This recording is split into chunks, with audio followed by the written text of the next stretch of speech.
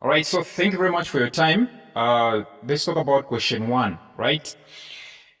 Figure one shows changes which take place when a plant cell is placed in a solution of known concentration from stage 1 up to stage 3.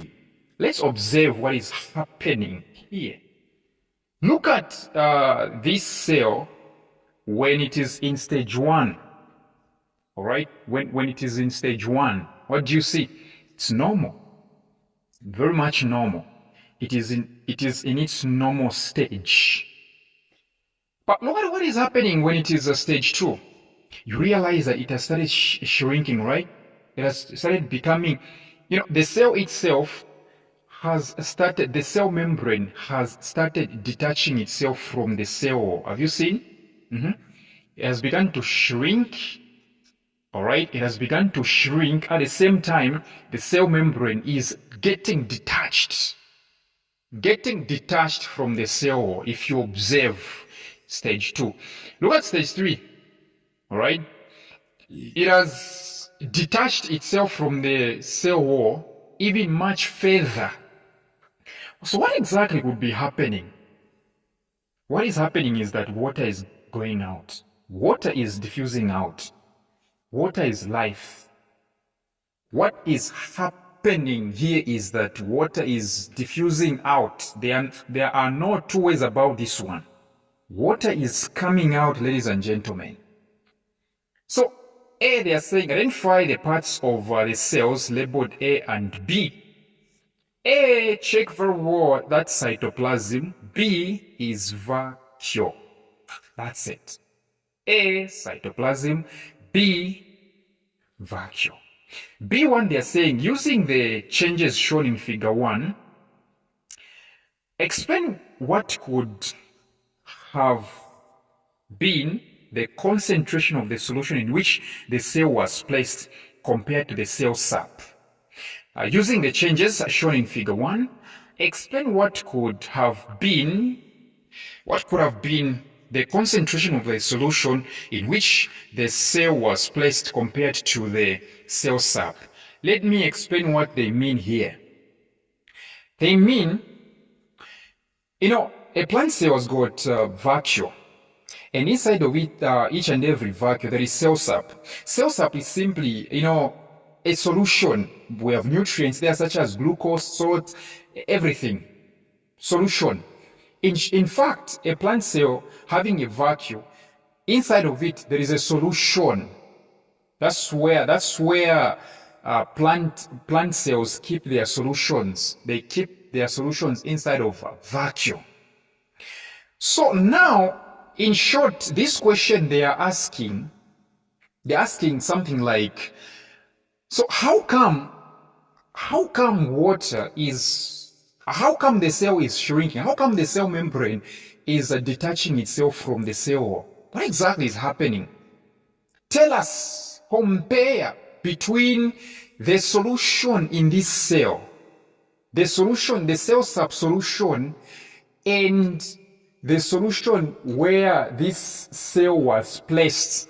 Remember, for this cell to have its cell membrane detaching from the cell wall like this, losing water like this, it simply means to say it was placed in a solution, a different solution, which caused all these things to happen. So we have two solutions here. Yes, we do happen to have two solutions. The first one is the solution inside of this plant cell. The one that is shrinking, whose cell membrane is shrinking. That solution which is found in the vacuole by the name of cell sap. All right? And now another one is found outside. Another one is found outside. There is another solution outside which is causing all these things to happen. So they are saying, using the changes shown, explain what could have been the concentration of the solution in which. So, in short, why is it that the cell here is losing water to the outside. What exactly is the concentration of the cell outside? Sorry, the solution outside. The solution outside, what exactly is the concentration? So you tell them to say, the concentration of the solution outside is higher than the concentration. So the concentration of the solution which is outside is higher than the concentration of the solution inside of this cell. That's the comparison. Yes, that is exactly the comparison. The concentration of the solution which is outside is higher or more concentrated than the solution which is inside of the cell. B2, they are saying what term is given to the process that led to the changes shown in figure 1 from stage 1 to stage 3. In short, when water is going out like this, remember, water is moving out, right? Which means there is movement of water. So it simply means to say they are talking about osmosis here. They want you to give out the answer. Osmosis. This is the movement of water molecules from the region of to the region of, I think you know what I'm talking about. So here what is happening is osmosis, and therefore the answer to question B2 is osmosis. C, what would be the overall effect of this process on the plant? Okay, in short, okay, what exactly is the effect of osmosis on plants? On plants. Plants, when water is moving out like that, plants will wilt, right? Plants are going to wilt. Okay? Wilting is going to take place. Because what is happening here, what is happening here is plasmolysis. Plasmolysis brings about wilting. Yes. D, which of the 3 stages of the cell in figure 1 could be classified as turgid state? Turgid state. What exactly is turgid?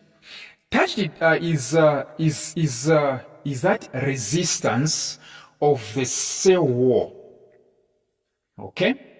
Resistance by the cell wall to prevent the cell membrane from what? From burst opening.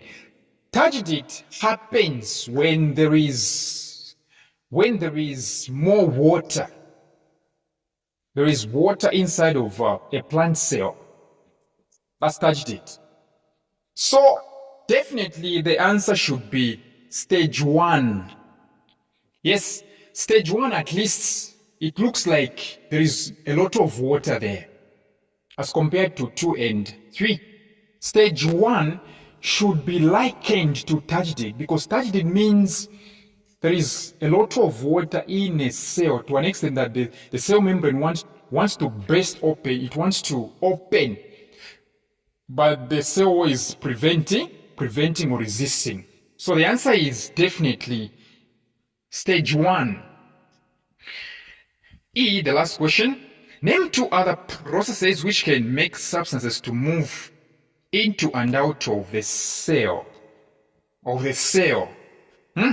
are so many. But we are talking about transport in plants, right? So diffusion and what? And active transport.